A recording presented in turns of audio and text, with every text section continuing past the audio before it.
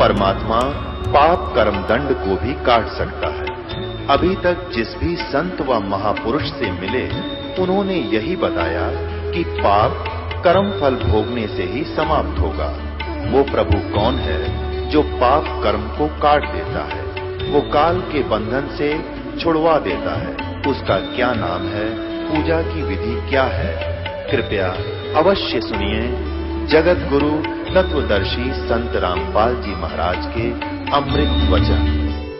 परम पुरुष का हो ना चीन्या, काल पाए सभी गैलीन्या। ब्रह्म काल सकल जग जाने, आद ब्रह्म को कोई ना पहचाने। तीनों देव और अवतारा, ताको बजय सकल संसारा। तीनों देवता और ब्रह्मा विष्णु महेश को और इन्हीं के अवतारों को सारा संसार बज रहा है, जिससे ये पार नहीं हो पा रहे और ना ही कोई संसारिक सुख सुविधाएं प्राप्त हो रही। तीनों गुण का ये विस्तारा, धर्मदास मैं कहूँ पुकारा। ये तीनों गुण रजगुण ब्रह्मा, सतगुण विष्णु, तम गुण शिव जी का ही ये पसार है, या इनका ही ये फैलाव है। गुण तीनों की भक्ति में भूल पड़ो संसारे, कह कबीर निज नाम बिना कैसे उतरे पारे।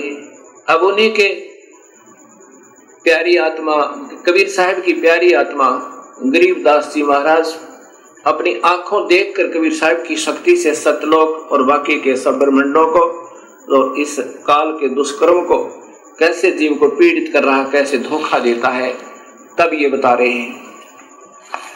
अब गीता जी के 7वें अध्याय के अंदर 12 से 15 और 20 से 23 तक काल तो ब्रह्म तो कहता है कि इन तीनों गुणों ने ब्रह्मा विष्णु महेश ने सबकी बुद्धि भ्रष्ट कर रखी है, और जिनने ब्रह्मा विष्णु महेश के तीनों गुणों के द्वारा जिनका ज्ञान हराया जा चुका है, वो राक्षस स्वभाव को धारण किए हुए राक्षस स्वभाव वाले व्यक्ति, दुष्कर्म करने वाले नीच व्यक्ति, वो मूढ़ कहते, मेरी पूजा नहीं करते, ब्रह्म की पूजा नहीं करते।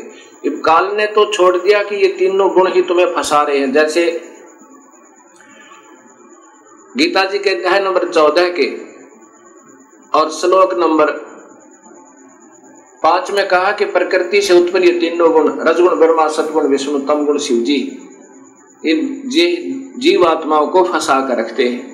और फिर 15वें अध्याय के प्रथम श्लोक में और द्वितीय में लिखा है कि ये उल्टा लटका हुआ संसार रूपी वृक्ष है अर्जुन, इसके ऊपर को जड़े हैं नीचे को 3 गुणों वाली ये विषय विकारों की रजगुण ब्रह्मा, सतगुण विष्णु, तम गुण शिव जी रूपी ये शाखाएं फैली हुई हैं तीनों लोकों में, और यही इस जीवात्मा को कर्मों के बंधन में बांधने की मूल कारण, अर्थात ये फंसाए रखती है ब्रह्मा विष्णु महेश ये तीनों गुण। ये तो ब्रह्म कहता है। अब कबीर साहब के शेष अर्थात वो आत्मा गरीबदास जी, उनकी प्यारी आत्मा अर्थात स्वयं कबीर साहब ही समझो, क्योंकि उन्होंने अपने उस पुण्य आत्मा को गरीबदास जी को ये सब ब्रह्मांड के सारी रचना और उनका सब जहां पर जो कुछ हो रहा है वो दिखाया। अब गरीबदास जी ने फिर क्या बताया कि ऐसा नहीं है, ये अकेला ये तीनों दोषी नहीं है ब्रह्मा विष्णु महेश, ये तो मूल जड़ तो काल है। इन पांचों ने, माया ने, ज्योति निरंजन ने, काल ने और ब्रह्मा विष्णु महेश ने कुल मिलाकर सारे ने ही तुम्हें फंसा रखा है। ब्रह्मा विष्णु महेश्वर माया और धर्मराया कहिए, इन पांचों मिल पर पंच बनाया, वाणी हमरी लइए। कबीर साहब समझो, गरीबदास समझो, कह रहे हैं कि इन ब्रह्मा विष्णु महेश और माया प्रकृति और धर्मराय योग काल ने, इन सब ने पांचों ने मिलकर ये प्रपंच बना रखा है। हमारी बानी लेना, हम जो कह रहे हैं उसको विचार करना, उसको ध्यान से सुनना, लेना माने इशारा पकड़ लेना हमारा, हम क्या कहना चाहते हैं। इन पांचों मिल जीव अटकाए, युगन युगन हम आन छुटाए। इन पांचों ने मिलकर जीव फंसा रखे हैं। युगों युगों में आकर हमने सत्य ज्ञान दे करके अपनी प्यारी आत्माओं को अपने चरणों में लिया और उनका फिर काल से छुटकारा करवाया। बंदी छोड़ हमारा नामम, अजर अमर है अस्थिर ठामम। हमारा बंदी छोड़ नाम है और हमारा स्थान अजर अमर है, वो सतलोक है, वो कभी विनाश में नहीं आता। पीर पैगंबर कुतुब ओलिया सुर नर मुनि जन ज्ञानी।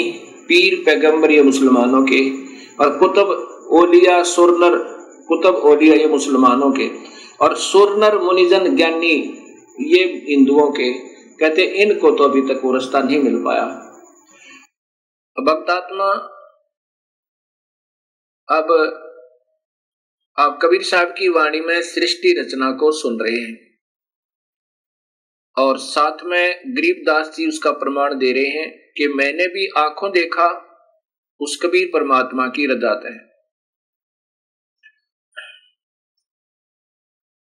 और वही मैं आपको बता रहा हूं कबीर परमात्मा की ही रजा से। अब गरीबदास जी बता रहे हैं, पीर पैगंबर कुतुब ओलिया सुरनर मुनिजन ज्ञानी, इत्या को तोरा ना पाया चमके बंधे प्राणी। ये पीर पैगंबर कुतुब ओलिया ये तो मुसलमानों के अंदर कहा जाता है और उन्हीं को सुर नर मुनिजन ज्ञानी ये हिंदू उन्हीं का नाम है हिंदी भाषा में, और वो अरबी के अंदर पीर पैगंबर कुतुब ओलिया और हिंदी में सुरनर मुनिजन ज्ञानी।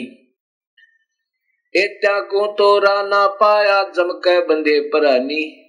इनको तो प्रभु की भक्ति यथार्थ प्राप्त नहीं हुई और ये इस जम यम अर्थात काल साधना में ही बंधे हुए हैं। अब अपनी समर्थता बताते हुए कबीर परमेश्वर कह रहे हैं, काल अकाल दोहों को मोसो महाकाल सिर मुंडू। इस काल और अकाल ये परब्रह्म अर्थात काल के दो अर्थ होते हैं। एक तो काल जो खाता है, एक अकाल जो नहीं खाता है।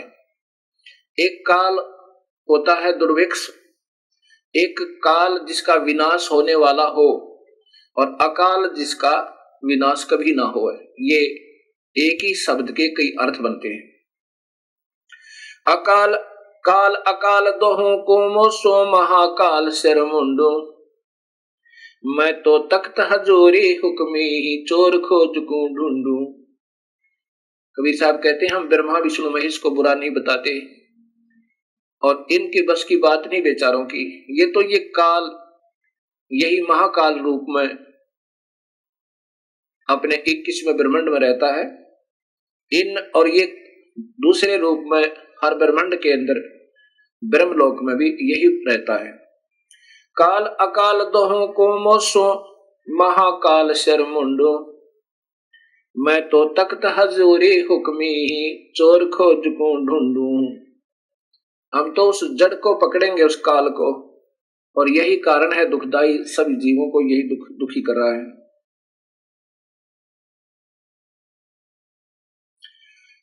मुल्ला माया मग में बैठी हंसा चुन चुन खाई।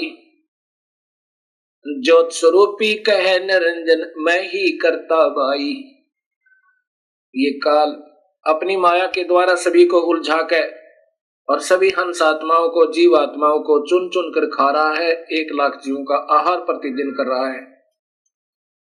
मुल्ला माया मग में बैठी हंसा चुन चुन खाई। ज्योत स्वरूपी कहे निरंजन मैं ही करता बाई। इस काल की द्वारा बिछाया हुआ जाल ये माया इन सब जीवों को उलझा के, प्रथम तो ये त्रिगुण रूपी माया ब्रह्मा विष्णु महेश के द्वारा जीव को उलझवाता है। उसके बाद ये और जो मूल प्रकृति शेरा वाली के द्वारा इस जीव को उलझवाता है, क्योंकि ये सभी इस काल के वश हैं। इन बेचारों का कोई दोष नहीं। ये ज्योत स्वरूपी कहे निरंजन मैं ही करता बाई, ये अनजान आत्माओं को के ऊपर प्रभु बना हुआ है, लेकिन ये प्रभु नहीं है। ये स्वयं भी कहता है 15वें गीता जी के 15वें अध्याय के 16, 17 और 18 श्लोक में। 16 श्लोक में लिखा है कि 2 भगवान हैं, क्षर ये ब्रह्म, क्षर पुरुष, और अक्षर पुरुष ये परब्रह्म। इसी प्रकार 2 स्थिति जीव की है ये जीव रूप में तो अविनाशी है और ये स्थूल शरीर के अंदर नाशवान है, चाहे ब्रह्मा बना है, चाहे विष्णु बना है, चाहे शिव बना है, और चाहे कोई राजा बना है या रंक बना है या कोई पशु बना है, पक्षी बना है, ये स्थूल शरीर है, ये तो नाशवान है इन प्राणियों का, और जीवात्मा रूप में ये अविनाशी कहलाते हैं। अब ये है गीता जी के अध्याय नंबर 15 का श्लोक नंबर 16 का अनुवाद।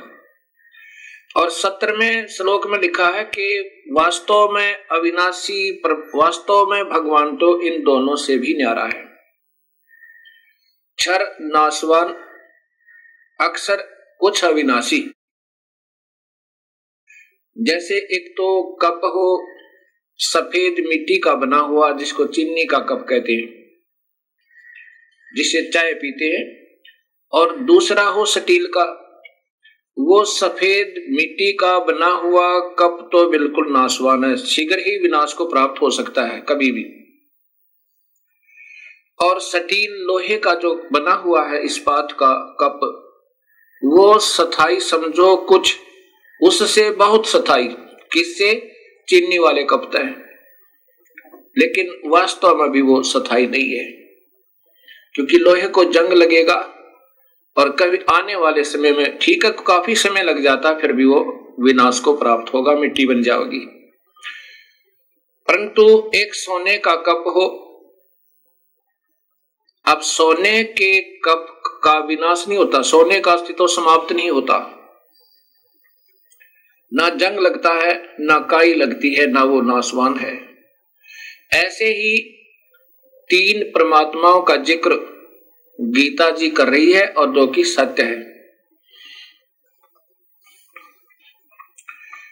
और वही परमात्मा जो वास्तव में भगवान कोई और है, और वही अविनाशी परमेश्वर वास्तव में अविनाशी है, वही तीनों लोकों में प्रवेश करके सबका धारण और पोषण करता है।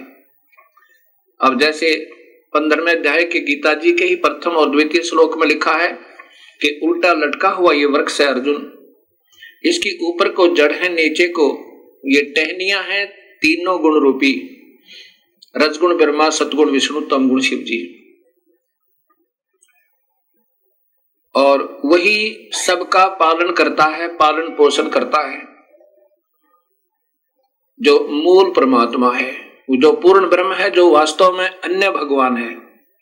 ये एक संसार रूपी वृक्ष का उदाहरण समझो, ये ऊपर उल्टा लटका हुआ एक वृक्ष, जिसकी ऊपर को जड़ है, नीचे को ये शाखाएं और ये तना, मोटी डार आदि हैं। अब सबसे ऊपर ये वो परमात्मा है जो वास्तव में भगवान है, ये जानो। ये पूर्ण ब्रह्म, ये स्वयं कबीर देव है, कबीर परमेश्वर है। और नीचे, इससे नीचे जो बाहर ये तना है, ये अक्षर पुरुष अर्थात परब्रह्म है। इससे आगे फिर ये टहनी जो मोटी डाल निकलती है, ये क्षर पुरुष अर्थात ये ब्रह्म, ये काल भगवान है। इससे फिर आगे ये तीन टहनियां बन गई, इसके पुत्र ब्रह्मा, विष्णु, शिव रूपी, ये इसकी शाखाएं हैं। अब ये ऐसे समझना है हमने सृष्टि रचना को, और यही गीता जी बता रही है। और ये पात रूप संसार, कबीर साहब कहते हैं अक्षर पुरुष एक पेड़ है, निरंजन वा की डार, और तीनों देवा शाखा है, ये पात रूप संसार। अब इसमें ये देखना है कि वास्तव में इसका पालन करता कौन है सारे वृक्ष का। ये मूल है, जड़ है, और ये जड़ है वो अन्य परमात्मा, वो पूर्ण ब्रह्म सत्य पुरुष कबीर साहब। अब आप देखिएगा ये पवित्र गीता जी, और इसके अंदर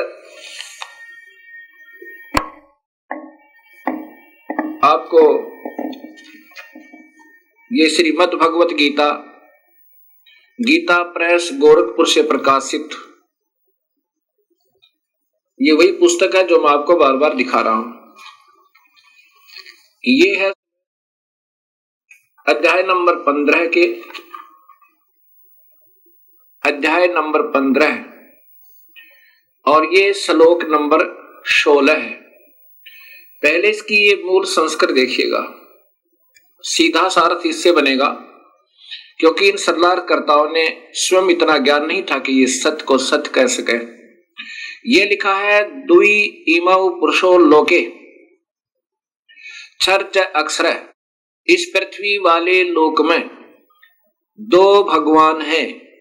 दवी माने दो, दवी माने दो, इमौ माने इस, पुरुषो माने पुरुष, लोके माने संसार में, क्षर ये नासवान, ये क्षर ये ब्रह्म है, अक्षर ये पर ब्रह्म। द्वि पुरुषो, अक्षर पुरुष क्षर पुरुष, इन इस पुरुष को यहां दोनों स्थान पर लगेगा। ये एवं माने इसी प्रकार और इसी प्रकार च और इसी प्रकार क्षर सर्वाणी भूतानि कटुष्ट अक्षर उच्यते, इसी प्रकार जीव की दो स्थिति है। अब यहां इनके द्वारा टीका भी देखिएगा, ये श्री जयदयाल गोविंद का जी के द्वारा भाषा भाष्य टीका है। इस संसार में नाशवान और विनाशी भी दो प्रकार के पुरुष हैं। यहां पुरुष माने भगवान लिखना था, प्रभु लिखना था। फिर इसी प्रकार सर्वाणी सब संपूर्ण प्राणियों के शरीर तो नाशवान है और जीवात्मा अविनाशी कहा है। अब ये तो क्षर और अक्षर की ज्ञान दिया। अब वास्तव में ये 17वां श्लोक बताता है, स्पष्ट लिखा है, उत्तम पुरुष है तो अन्य, वास्तव में उत्तम परमात्मा यानी इनसे भी श्रेष्ठ भगवान तो कोई और ही है, जिसको परमात्मा इति उदाहरते। इस पुरुष का अर्थ भी यही दे दिया कि वो पुरुष वो वास्तव में भगवान परमात्मा है, इस प्रकार कहा जाता है। और वही अवम ईश्वरम, वही अविनाशी परमेश्वर इन तीन त्रिलोक में, इन तीनों लोकों में भी प्रवेश करके, अविश्वय माने प्रवेश करके, विभर्ति माने सबका पालन पोषण करता है, वो अन्य भगवान। अब इन्होंने कैसे किया है ये भी देखिएगा।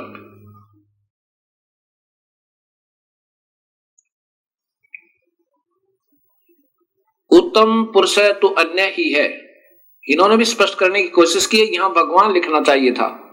उत्तम भगवान तो कोई अन्य है, प्रभु तो कोई अन्य है, जो तीनों लोकों में प्रवेश करके सबका धारण पोषण करता है, अविनाशी परमेश्वर परमात्मा इस प्रकार कहा गया है। अब यहां सिद्ध कर दिया कि वही पुरुष यानी परमात्मा, उसी को परमात्मा भी कहते हैं, वही वास्तव में भगवान है। अब ये सिद्ध करना चाहता है दास ने कि गीता बता रही है कि परमात्मा कोई और है, ये स्वयं काल बोल रहा है गीता जी में, ये ब्रह्म बोल रहा है। अब 18वें श्लोक में स्पष्ट है, ये स्वयं काल भगवान कह रहा है कि क्योंकि मैं, यहां क्योंकि मैं नाशवान जड़ क्षेत्र से तो सर्वथा अतीत हूं और अविनाशी जीव आत्मा से भी उत्तम हूं, इसलिए लोक में और वेद में पुरुषोत्तम नाम से प्रसिद्ध हूं। क्या बताना चाहा है, यही मैं आपको बताना चाहता था। लोक वेद क्या है? सुना सुनाया ज्ञान लोक वेद कहलाता है। अब ये ब्रह्म भगवान क्षर पुरुष अर्थात काल भगवान स्वयं स्वीकार कर रहा है कि मुझे तो केवल इसलिए भगवान कहते हैं, पुरुषोत्तम कहते हैं कि मैं इस जीव आत्मा से जो मेरे अंतर्गत है, मेरे ब्रह्मांड में 21 ब्रह्मांडों में है, वो चाहे जीव रूप में है, जीवात्मा रूप में, चाहे वो स्थूल शरीर में देव हैं, महादेव हैं, चाहे ब्रह्मा विष्णु महेश हैं, और भावे ये राजा और रंक है, और चाहे राजा है चाहे रंक है, ये जितने मेरे अंतर्गत प्राणी हैं, इनके ऊपर मैं प्रभु हूं, इनसे तगड़ा हूं, इसलिए मुझे पुरुषोत्तम कहते हैं। ये लोक वेद का अर्थ होता है। लोक वेद का अर्थ होता है कि सुने सुनाई कथाओं के आधार पर, जैसे किसी क्षेत्र में किसी की पूजा है, किसी क्षेत्र में किसी देव की पूजा है, कोई किसी प्रकार साधना कर रहा है, कोई किसी प्रकार साधना कर रहा है। इन साधनाओं को लोक वेद कहते हैं, जो शास्त्रों के विरुद्ध है, जिसका शास्त्रों में प्रमाण नहीं है, या ज्ञान है तो वेदों में तक ही ज्ञान है, वेदों के आधार पर ज्ञान है। जैसा ऋषियों को ज्ञान हुआ कि ब्रह्म ही सर्वशक्तिमान है, उनकी अपनी सोच थी। वेद में ऐसा नहीं है, ना गीता में ऐसा है। इन्होंने ही इस ब्रह्म को पूर्ण सर्वशक्तिमान मान के और लोक वेद बना दिए अपनी कथाओं के आधार पर। इसको सर्वस्वा सर्वशक्तिमान, जैसे ब्रह्मा विष्णु महेश को अजर अमर अजन्मा, इनके कोई माता पिता नहीं, ऐसा बना दिया। ये लोक वेद था, ये शास्त्र में प्रमाण नहीं था। शास्त्र को पढ़ा भी, लेकिन ना समझने के कारण जो लोक वेद बन गया। ऐसे कहा कि मैं तो केवल लोक वेद के आधार पर पुरुषोत्तम कहलाता हूं, क्योंकि ऋषियों को पूर्ण ज्ञान नहीं हो पाया। वेद भी पढ़े और उसमें पूर्ण परमात्मा के महत्व जैसा ही इस ब्रह्म को जानकर इसकी ही साधना ओम नाम के जाप से करते रहे। तो यह स्पष्ट कह रहा है कि मैं इसलिए प्रभु माना जाता हूं, और जो मुझे ऐसे परमात्मा मान रहा है अपने ही ज्ञान से, वास्तव में उसको ज्ञान सही नहीं है, तो वो मुझे ही हमेशा भजता रहता है। और ये अनमोल शास्त्र मैंने तेरे से बता दिया, रहस्य युक्त। भगवान रहस्य युक्त क्यों कहा? जब ज्ञान है तो सबके सामने ही आना चाहिए था। रहस्य युक्त क्यों कहा? क्योंकि ये हमेशा हर जीव को गुमराह करने की चेष्टा करता है। अभी इसी गीता जी के अब 19 और 20 श्लोक आपको फिर दिखाता हूं। ये गीता अध्याय नंबर 15 है, श्लोक नंबर 19। इसमें देखिएगा, हे भारत, जो ज्ञानी पुरुष मुझको इस प्रकार पुरुषोत्तम जानता है, जैसा कि 18वें श्लोक में आपने सुना, वह सर्वज्ञ, सब प्रकार से निरंतर, माम माने मुझे ही, ये वासुदेव इन्होंने अपनी तरफ से लिख दिया, सीधा अर्थ है माम माने मुझको ही, भजती माने भजता है। जो सुने सुनाए ज्ञान के आधार पर मुझे प्रभु मान रहा है वो मुझे ही भजता है, अर्थात पूर्ण परमात्मा को नहीं भजता। अब 20वां श्लोक देखिएगा, ये इस अध्याय का अंतिम श्लोक है। हे निष्पाप अर्जुन, इस प्रकार यह अति रहस्य युक्त गोपनीय शास्त्र मेरे द्वारा कहा गया, इसको तत्व से जानकर ज्ञानवान और कृतार्थ हो जाता है। अब जो सच्चाई मैंने बता दी, ये काल भगवान कह रहा है। इस प्रकार जो सही समझ जाएगा कि मैं परमात्मा नहीं हूं और वास्तव में प्रभु कोई और है, ऐसे जो समझ जाता है ये गुप्त से गुप्त ज्ञान, रहस्य में ज्ञान को, तो वो फिर समझो पूर्ण ज्ञानी हो गया। और फिर वही अपने हिसाब से साधना करता है। अब इसी गीता जी के 15वें अध्याय का प्रथम और द्वितीय श्लोक ये स्पष्ट करता है कि उल्टा लटका हुआ वृक्ष, ये देखिएगा, यही पंचोदश अध्याय चल रहा है, 15वां अध्याय, ये ऊपर देखिएगा, अथ पंचदशो अध्याय, इसमें प्रथम और द्वितीय श्लोक में लिखा है, ऊर्ध्वम मूलम अधः शाखा अश्वत्थम प्राहु अयम छंदासी अस्य प्रणानी यह तम वेद सह वेदवितः। ये उल्टा लटका हुआ, ऊर्ध्व मूलम माने ऊपर को जड़ वाला, अधः माने नीचे को शाखाएं वाला, ये मजबूत एक वृक्ष कहा है, संसार रूपी वृक्ष समझो। और छंदासी अस्य प्रणानी, अर्थात इसके वेद आदि भी इसी का गुणगान करते हैं। और उस तम माने उस अज्ञान अंधेरे में छुपे हुए उस परमेश्वर के, वेद माने ज्ञान को जो सही जान लेता, स वेदवित है, वत्वती वेदवित वह वास्तव में ज्ञानी है। अब ये तो सीधा सा बना है, आगे देखिएगा श्लोक नंबर 2। श्लोक नंबर 2 इसमें लिखा कि इस वृक्ष की तीनों गुण प्रवदा, उस वृक्ष की, ये देखो उस संसार वृक्ष की तीनों गुण रूप रजगुण ब्रह्मा, सतगुण विष्णु, तमगुण शिव जी। ये तो वैसे इन्होंने अपने तुक मारा है। तीनों गुण रूपी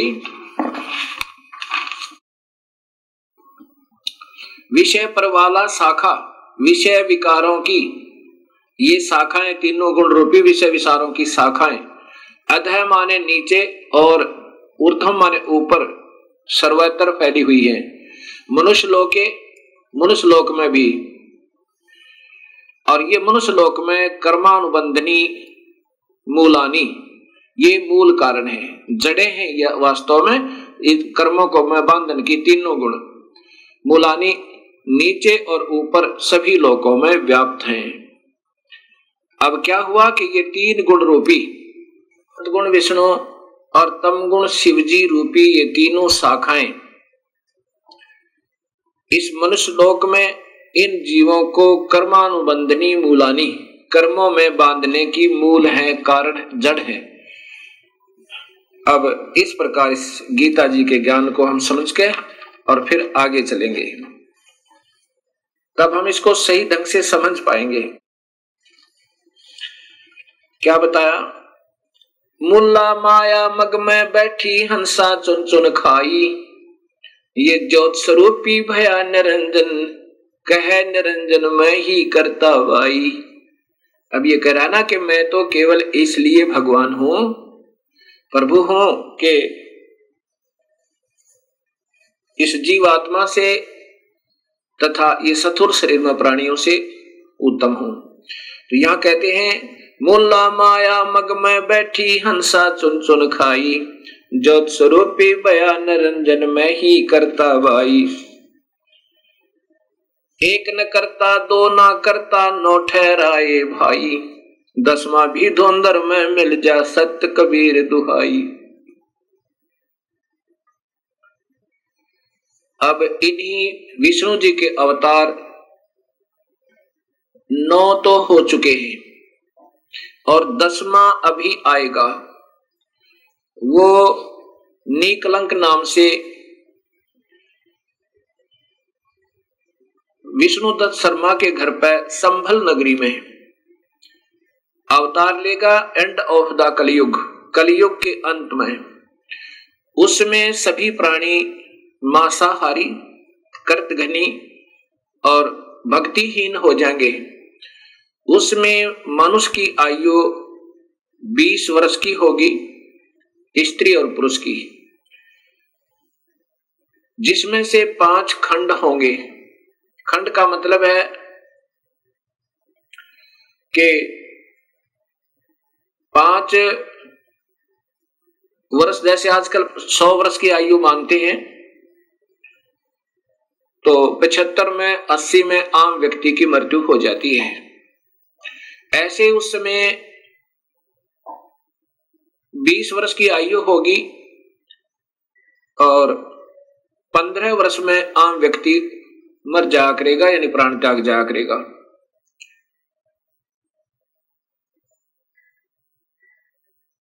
उसमें 5 वर्ष की लड़की के बच्चे उत्पन्न होने प्रारंभ हो जाएंगे और कुल कद जो है, हाइट मानव की ज्यादा से ज्यादा 1.5 या 2 फुट होगी।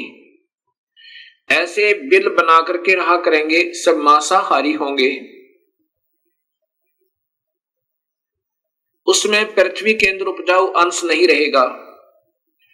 उन कृतघ्नी प्राणियों को समाप्त करने के लिए ये काल अपना ही कोई वहां गण, जैसे 10वां अवतार कौन आएगा? ये राजा हरिश्चंद्र, जो कलयुग में बड़े महान पुरुष हुए हैं, उन्होंने प्रभु के लिए अपने बच्चों को भी बेच दिया, अपनी पत्नी को भी बेच डाला, लेकिन अपना सत्य नहीं हारा। इस प्रकार अब वो उस समय की हुई अच्छी साधना के आधार पर स्वर्ग में है और फिर स्वर्ग भोग के उसी को फिर ये 10वां अवतार बना के ये काल भेजेगा, फिर उसके कर्म बिगड़वा देगा। यहां पर वो सबको खत्म करेगा। जैसे परशुराम जी ने अक्षत्रियों को काट डाला, उसको शक्ति दे दी काल ने, और ऐसे ही महाभारत का जब युद्ध करवाना था, अर्जुन को शक्ति दे दी काल ने, और जब वो अनर्थ हो लिया फिर वो छीन ली, और फिर वो अर्जुन बिल्लों ने पीटा और वो गांडीव धनुष नहीं चला उससे। तब वो स्वयं अर्जुन कहता है कि मेरे को भगवान कृष्ण ने छल लिया, युद्ध करवाना था तब तो शक्ति दे दी, अब मेरे से ये धनुष नहीं चल रहा।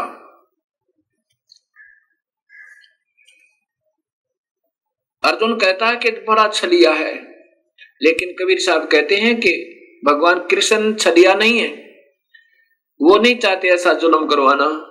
ये तो सब खेल काल खेल रहा है, और ये ब्रह्मा विष्णु महेश और इन्हीं के अवतार बनाकर वो काल इन सबको नचा रहा है। उसके पास रिमोट कंट्रोल है सबका। ये तो खिलौने हैं उस काल के सामने। वो 1000 भुजा का है वो काल भगवान ब्रह्म, और ये ब्रह्मा विष्णु महेश केवल 4 भुजा के, और ये इनकी माँ जो है अष्टंगी शेरा वाली दुर्गा, ये 8 भुजा की। अब ये देखना, एक तो 1000 हॉर्स पावर की मोटर हो और एक 4 हॉर्स पावर की हो, एक 16 कला के हो, 16 हॉर्स पावर की मोटर हो, और एक 1000 कला की यानी पावर हॉर्स पावर की हो, कितना अंतर होता है। ऐसा ही इन सब के अंदर भिन्नता है।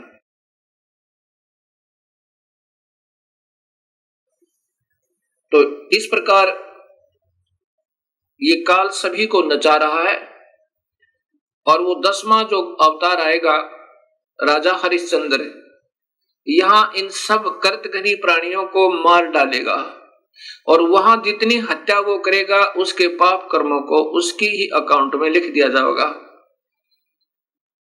और जब ये अवतार यहां अपना 10वां पूरा कार्य करके चला जाएगा या उछल कूद के, फिर इसको नरक में ठोका जाएगा जब इसके पुण्य अक्षीण हो जाएंगे।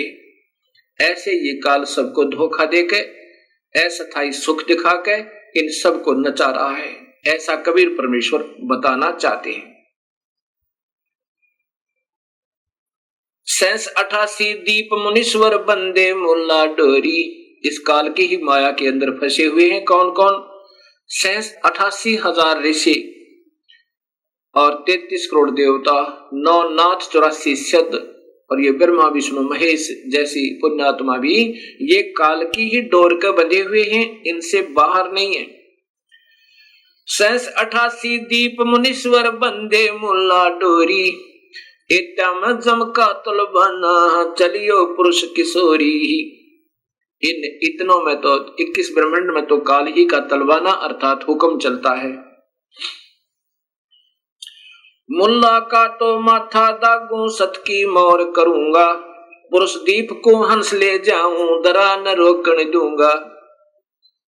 अब कबीर परमेश्वर कहते हैं कि इस काल की मुल्ला माया अर्थात सब माया को मैं काट दूंगा, और अपने हंस को सतलोक में पुरुष दीप में पूर्ण परमात्मा वाले लोक में ले जाऊंगा।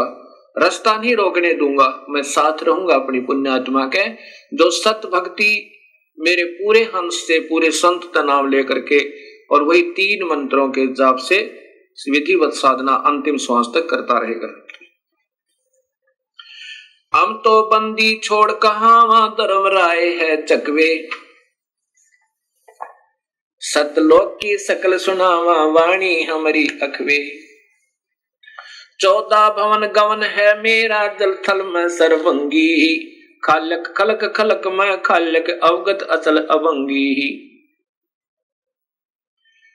अगर अलील चक्र है मेरा जहां से हम चल आए, 5 पर परवाना मेरा ये बंद छुटावन दाए। इन 5 के ऊपर मेरा तलवाना मेरा हुक्म चलता है। ब्रह्मा विष्णु महेश और माया और इस काल के ऊपर, ज्योत निरंजन के ऊपर कबीर परमेश्वर कहते हैं कि मेरा हुक्म चलता है। अगर अलील चक्र है मेरा, जहां से हम चल आए, सतलोक से हम आए हैं, और पांचों पर परवाना मेरा, बंद छुटावण दाए। जहां ओंकार निरंजन नाही, ब्रह्मा विष्णु वेद न जाई। जहां वेदों के आधार पर साधना करने वाले वहां नहीं जा सकते, और ना ही ये ब्रह्मा विष्णु महेश जा सकते। जहां ओंकार निरंजन नाही, ब्रह्मा विष्णु वेद न जाही। जहां करता ने जन भगवाना, काया माया पिंड ने पराना। पांच तत्व गुण तीनों गुण नाही, जहां काल द्वीप और नहीं झाई। अमर करूं सतलोक पठाऊं, ताते बंदी छोड़ कहाऊं। बंदी छोड़, बंधन छुटवाने वाला, पाप कर्मों को काटने वाला वो कबीर परमेश्वर कहता है कि अमर करूं, ऐसे लोक में ले जाऊं ये सत सार नाम और सत्य नाम देकर, वहां से फिर तेरा मरण नहीं होगा। अमर करूं और सतलोक पठाऊं, सतलोक ले जाऊं, भेज दूं। इसलिए मैं बंदी छोड़ कहलाता हूं, ताते बंदी छोड़ कहूं। जैसे यजुर्वेद के 5वें अध्याय के 32 श्लोक में स्पष्ट लिखा है कि वो कबीर परमेश्वर है जो इस काल की बंधन से छुटवाता है, और वो आकार में है। अब कबीर साहब कह रहे हैं कि अमर करूं सतलोक पठाऊं, ताते बंदी छोड़ कहाऊं। बंदी छोड़ का अर्थ होता है बंधन से छुटवाने वाला, काल की कारागार से छुटवाने वाला। अब ऋग्वेद आपको बताएगा कि वो बंदी छोड़ कौन है, ये आपके यजुर्वेद बताएगा। ये यजुर्वेद आपको दिखाते हैं।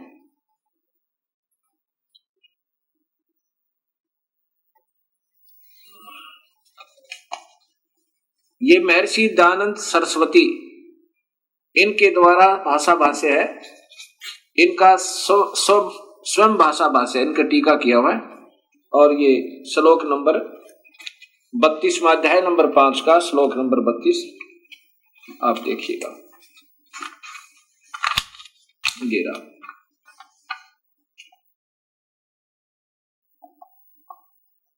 ये देखिएगा, ये है श्लोक नंबर 32 अध्याय नंबर 5, पंचमो अध्याय और श्लोक नंबर 32। ये देखिएगा, ये है उसी गसी कबीर अंगारी असी। बंबारी, बंबारी, बंबारी माने बंधनों का शत्रु। अवेसरोसी दो वसवान सुधन्यो रसी मार जालिये। सम्राट असी कृषाणु पृष्ठो असी पवमानो नभोसी। प्रत्यका मृष्टासी अवसूदन है रथ धामा असी सवर ज्योति। अब इन्हीं के द्वारा, महर्षि जी के द्वारा ही इनके शब्दों में सुनिए पहले तो। हे जगदीश्वर, जिस कारण आप उशीक माने कांतिमान, असी माने है, अंगहारी माने खोटे चलन वाले जीवों के शत्रु। अंग का अर्थ होता वास्तव में पाप, अंगहारी का अर्थ होता पाप, अरि माने शत्रु। अंग माने पाप, अरि माने शत्रु। पाप क्या शत्रु, पाप काटने वाले, खोटे कर्म। ये छोटे खोटे चलन नहीं, ये सीधा अर्थ है अंगारी माने पाप कर्मों को काटने वाले। कबीर, ये कबीर है। ये कबीर को यहां कबीर ही लिखना था। कबीर असी माने है, वो पाप काटने वाला कबीर है। आगे देखिए, फिर स्वयं स्वीकार करते हैं बंबारी, बंधनों का शत्रु, बंधनों के शत्रु, वह तारादि तंतुओं के विस्तार करने वाले। ये तो इन्होंने अपना बना दिया सीधा। बंभर माने भंवरे की तरह विषय वासनाओं के बंधन में बंधे हुए काल के जाल में। ये बंभारी माने बंधनों के शत्रु। बंभर माने भंवरे की तरह बंधे हुए बंधनों में, विषय वासनाओं के बंधनों में, उनको काट के इस काल की कैद से छुड़ाने वाले ये परमात्मा कबीर है। कौन है? वो कबीर है। और वो कहाँ रहता है? ये देखो, वो रत धामा, ये स्वयं कहते हैं वो सतधाम युक्त, हसी माने है, वो सतलोक में रहता है। अब यहां फिर ऊपर देखना, ये मूल संस्कृत सीधा अर्थ लिखा है कि उसी गसी कबीर, ये स्पष्ट कबीर शब्द है। कबीर अंगारी असी, पाप काटने वाले कबीर हैं। और बंभारी, बंभारी माने बंधन, बंदी छोड़, बंधनों के शत्रु कहो या बंधन छुड़वाने वाले बंदी छोड़ कहो, हम उनको बंदी छोड़ कहते हैं। इसलिए कबीर परमेश्वर कह रहे हैं कि अमर करूं सतलोक पठाऊं, ताते बंदी छोड़ कहाऊं। इसलिए मैं बंदी छोड़ कहलाता हूं, अमर करूं और काल के जाल से जीव को छुटवा कर सतलोक ले जाता हूं। अब गरीबदास जी, वही कबीर परमेश्वर की प्यारी आत्मा, अपने प्रभु की समर्थता कैसे बताते हैं और इस काल के जाल को कैसे समझाना चाहते हैं। अब क्या बताते हैं?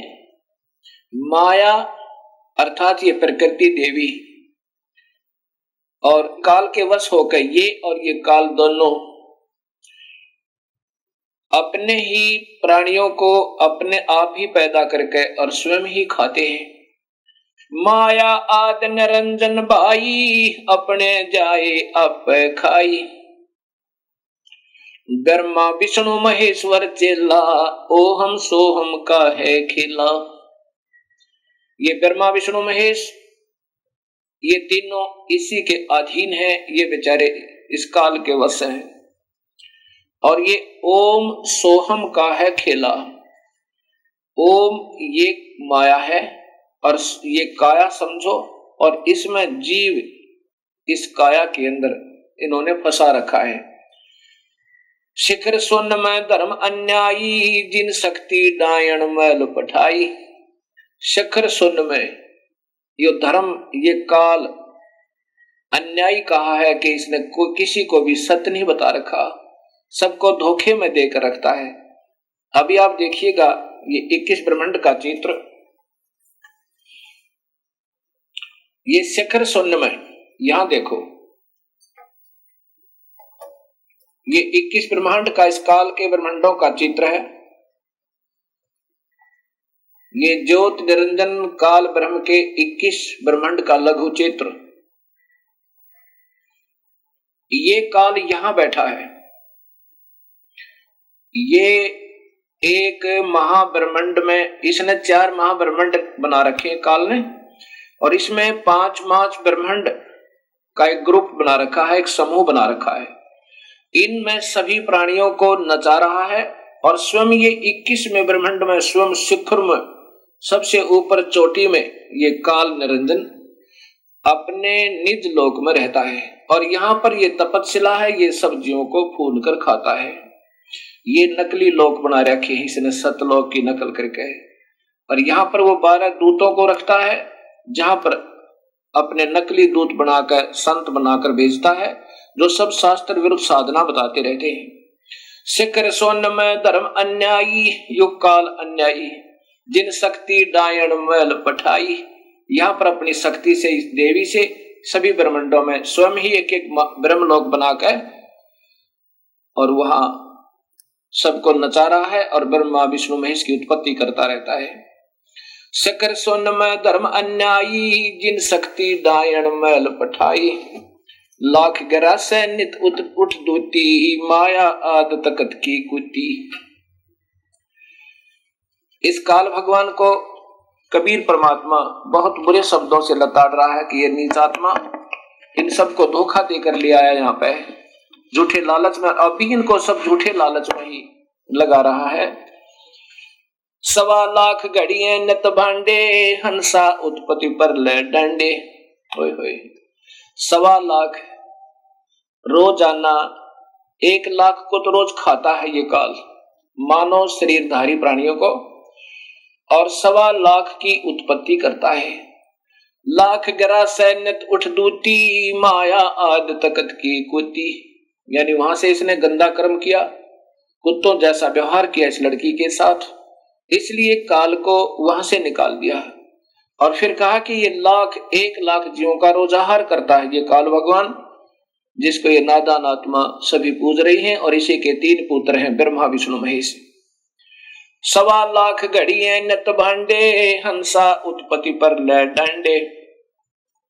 1,25,000 प्रतिदिन जीवों की उत्पत्ति करता है और 1,00,000 का आहार कर लेता है। ये भक्त आत्मा हंस आत्माओं को जन्म और मरण के दंड से दंडित करता रहता है। ये तीनों चेला बटपारी, सरजे पुरुषा सरजी नारी। खोखापुर में जीव भुलाए, शोपन बिस्त बकुंठ बनाए। इस खोखापुर में इसे काल का लोक दिखा तो ये सतलोक जैसा है, यानी उसकी नकल कर रखी है। और ये सब ऊपर से कवर, खोखा माने कवर, वो तो ठीक लगता है सही ओरिजिनल माल जैसा, लेकिन अंदर माल डुप्लीकेट है। कीड़ी कुंजर और अवतारा, हरहट डोर बंधे कई बारा। ये अरहट का कुआ लोई, यागल बंधा है सब कोई। ये अरहट माने रहट का, एक रहट होता है एक कुएं के अंदर वेल, और उसमें एक चैन लगा करके एक पुली पर एक सर्कुलर लोहे का एक घेरा होता है, और उसके ऊपर बाल्टियां बकेट्स वो जड़ दी जाती है उस चैन के ऊपर, और फिर उसको बहल से चलाया करते थे कोल्हू की तरह। और फिर वो नीचे से बाल्टियां भरकर आती थी, ऊपर खाली हो जाती थी, फिर नीचे से भरकर आती थी, ऊपर खाली हो जाती थी। ऐसे ही ये भक्त आत्मा नीचे अपने पुण्य और पाप इकट्ठे करते हैं, ऊपर स्वर्ग के अंदर जाकर के उनको स्वर्ग और नरक में उन दोनों को खाली करके फिर 84 लाख जोनियों के कष्ट को फिर उठाते रहते हैं। कीड़ी कुंजर और अवतारा, हरहट डोर बंधे कई बारा। कीड़ी यानी चींटी से लेकर और हाथी तक, और ये अवतार भी ऐसे ही काल के जन्म मरण रूपी रहट से बंधे हुए हैं। अरब अलील इंद्र हैं भाई, हरहट डोर बंधे सब आई। शेष महेश गणेश्वर ताही, हरहट डोर बंधे सब आही।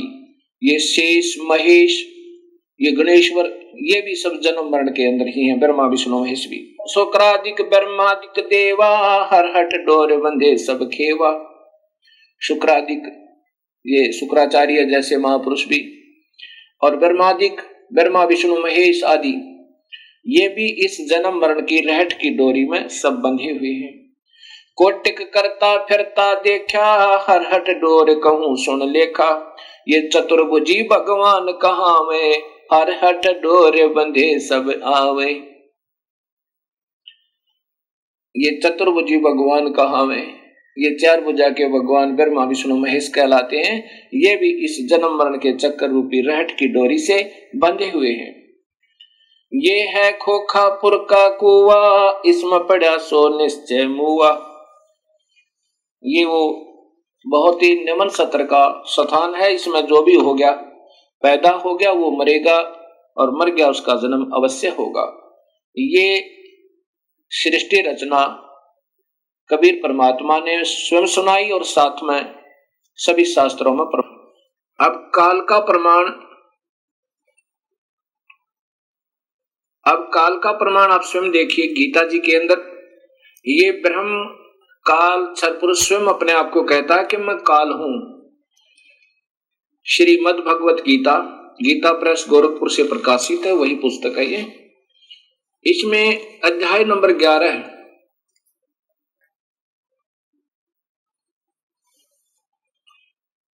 के श्लोक नंबर 31 में, ये 32 है और 31 में अर्जुन पूछ रहा है कि मुझे हे भगवान, हे उग्र रूप वाले, जब इन्होंने विराट रूप दिखाया, 1000 भुजा का, 1000 आंखें आदि आदि, तो अर्जुन पूछ रहा है कि मुझे बतलाइए आप उग्र रूप वाले कौन हैं? हे देवों में श्रेष्ठ, आपको नमस्कार हो, प्रसन्न होइए। आधम, आधम का अर्थ होता है यम माने आदि माने पुराना, यम माने काल। हे वास्तव में काल रूप, इन्होंने आदि पुरुष लिखा। भवंत, आपको विश्व रूप से विशेष रूप से जानना चाहता हूं, क्योंकि आपकी प्रवृत्ति को नहीं जानता। अब देखो, अर्जुन पूछ रहा कि आप कौन है, तो स्वयं ये ब्रह्म कहता है। श्री भगवान वाच, नीचे देखिए, अर्जुन के पूछने पर श्री भगवान बोले, हे अर्जुन, मैं लोगों, ये 32वां श्लोक है, ये देखिएगा, ये 32वां श्लोक है। लोगों का नाश करने वाला बड़ा हुआ काल हूं। ये तो बड़ा चला के लिखते हैं, काल है, महाकाल लिख दिया। मैं काल हूं, इसमें इन लोगों को नष्ट करने के लिए प्रवृत्त हुआ हूं। ये जो प्रतिपक्ष की सेना में स्थित योद्धा लोग हैं, ये तेरे मारे बिना भी, ये देखिएगा,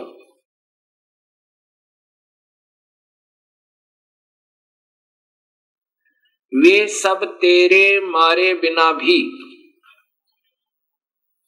नहीं रहेंगे, इन सब का नाश हो जाएगा। अब यहां फिर देखिएगा, ये कहते हैं कि मैं अब प्रवृत्त हुआ हूं। प्रवृत्त हुआ हूं मतलब मैं प्रगट हुआ हूं, ये स्वयं कहते हैं। फिर देखना, लोगों का विनाश करने वाला, लोगों को विनाश करने वाला बड़ा हुआ काल हूं। स्वयं स्वीकृति दे रहे हैं कि मैं काल हूं, इसमें इन लोगों को नष्ट करने के लिए प्रवृत्त हुआ हूं। अर्थात प्रवृत्त हुआ हूं क्यों कहा? क्योंकि भगवान श्री कृष्ण नहीं थे। अपनी सिद्धि से काल श्री कृष्ण जी के शरीर में प्रवेश कर गया, और जो प्रतिपक्ष की सेना में स्थित योद्धा लोग हैं, ये तेरे मारे बिना भी मैं मर जाएंगे, मैं इनको खत्म कर दूंगा।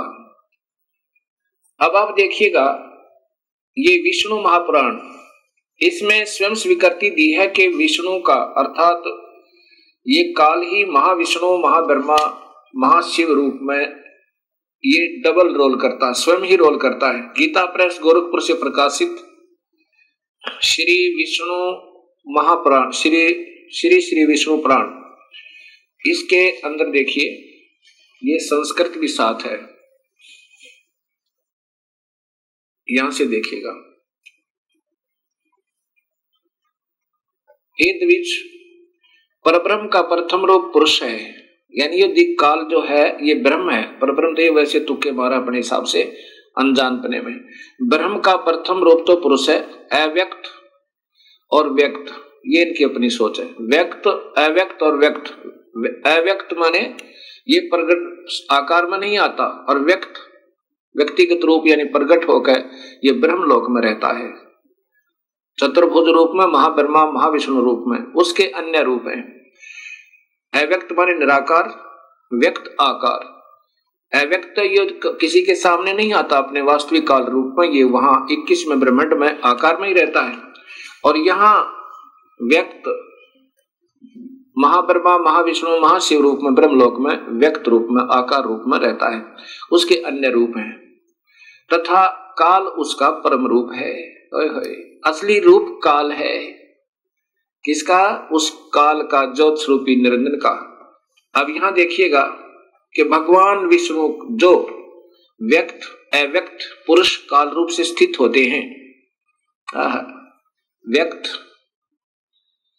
अब जैसे ब्रह्मलोक के अंदर ये महाब्रह्मा महाविष्णु शिव रूप में, ये व्यक्त रूप में है। अव्यक्त ये गुप्त रूप में कृष्ण में प्रवेश कर गया, पुरुष और काल रूप से स्थित है। एक तो भगवान जैसा दिखे और वास्तव में ये काल है। और यहां देखिए,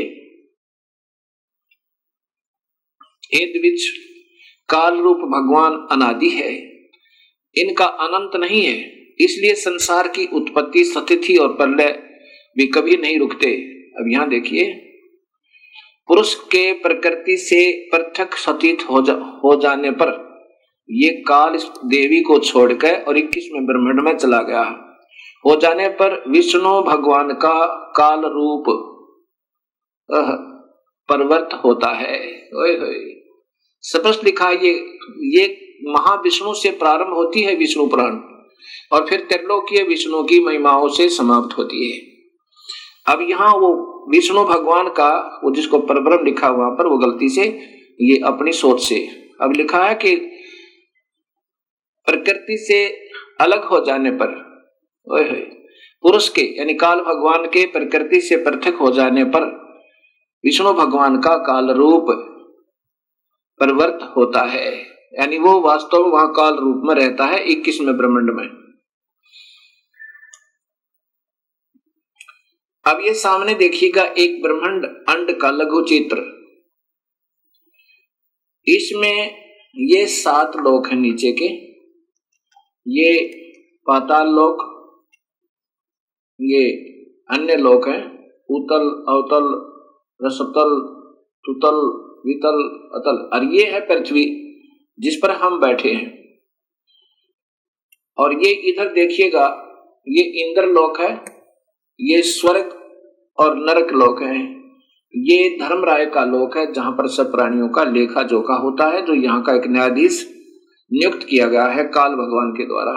ये काल भगवान के तीसरे पुत्र शिव जी हैं, ये शिवलोक है। और ये प्रथम पुत्र ब्रह्मा है, ब्रह्मा लोक में, और ये विष्णु जी का लोक है, ये सेकंड पुत्र ब्रह्मा काल का। और ये काल यहाँ रहता है व्यक्त रूप में, महाब्रह्मा, महाविष्णु, महाशिव रूप में, और ये प्रकृति देवी का अलग से लोक भी है, और फिर इसको यहाँ भी अपने साथ अपनी पुत्री रूप में रखता है। जब ये इनसे अलग हो जाता है, और यहाँ पर ये एक मानसरोवर भी है, और ये कबीर परमात्मा भी हर ब्रह्मांड में अपना अन्य रूप बनाकर, और इनका सतगुरु का भी एक स्थान यहाँ पर हर ब्रह्मांड में है। जो प्राणी इनकी सत भक्ति करते हैं, अगर वो पार नहीं होते तो उनको तब तक हर ब्रह्मांड में यहाँ रखता है, और फिर जब भक्ति युग आता है तो फिर उनको दोबारा जन्म दे देता है, और फिर अपने बच्चों को ढूंढ लेते हैं। अब ये एक ब्रह्मांड का चित्र है। अब 21 ब्रह्मांड का चित्र देखिए।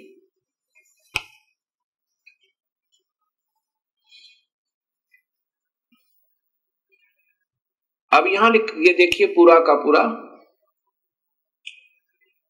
अब क्या कहा विष्णु पुराण में कि जब ये प्रकृति से भिन्न हो जाता है, हर ब्रह्मांड में अपने उत्पत्ति करके, ये एक ब्रह्मांड है, ये 5 महाब्रह्मांड का ग्रुप है, 5 ब्रह्मांड का, और एक महाब्रह्मांड बनाया हुआ इस काल ने। इस एक एक ब्रह्मांड में अपनी पत्नी के साथ रहकर एक एक ब्रह्मा, एक विष्णु, एक शिव की उत्पत्ति करके एक ब्रह्मांड की शुरुआत कर देता है। फिर इनसे भी अलग हो जाता है, फिर इनके साथ नहीं रहता, वो काल यहाँ रहता है। देखो कितना स्पष्ट किया है कि वो फिर काल रूप हो जाता है इस 21वें ब्रह्मांड में। तो यहाँ गरीबदास जी कहते हैं, शिखर सुन मधुरम अन्यायी, जिन शक्ति डायन मैल बैठाई। इसको छोड़ के प्रकृति से ये दबाव से काम लेता, जबरदस्ती, बाई फोर्स। ऐसे ही सभी तीनों पुत्रों को रजगुण, सतगुण, तमगुण बनवा दिया। अब ये बेचारे क्या करें, जैसे मिर्च बन गई तो मिर्च का स्वभाव तो रहेगा ही, उसका क्या दोष बेचारी का। अब यहां देखिएगा कि आपको ऋग्वेद दिखाऊंगा, उसमें लिखा कि इस काल ने इन सभी 21 ब्रह्मांडों को ऐसे गोल आकार, वृत्ताकार में सबको घेर कर, और उससे भी बाहर बैठा है, इनसे भी बाहर बैठा है, यहां बैठा है। अतितिष्ठन्त, इनसे भी बाहर है, वृत्ताकार में, गोलाकार में रोक के। अब ऋग्वेद दिखाता हूं सृष्टि रचना में।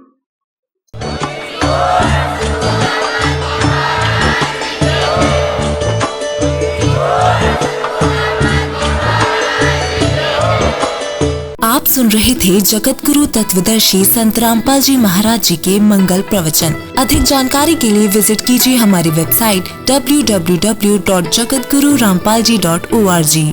संत रामपाल जी महाराज जी के शुभ आशीर्वाद से पूरे विश्व भर में 500 से भी ज्यादा नाम दीक्षा केंद्र हैं, जिन पर संत रामपाल जी महाराज जी द्वारा ऑनलाइन निशुल्क नाम दीक्षा दी जा रही है। अपने नजदीकी नाम दीक्षा केंद्र का पता करने के लिए संपर्क करें 8222880541।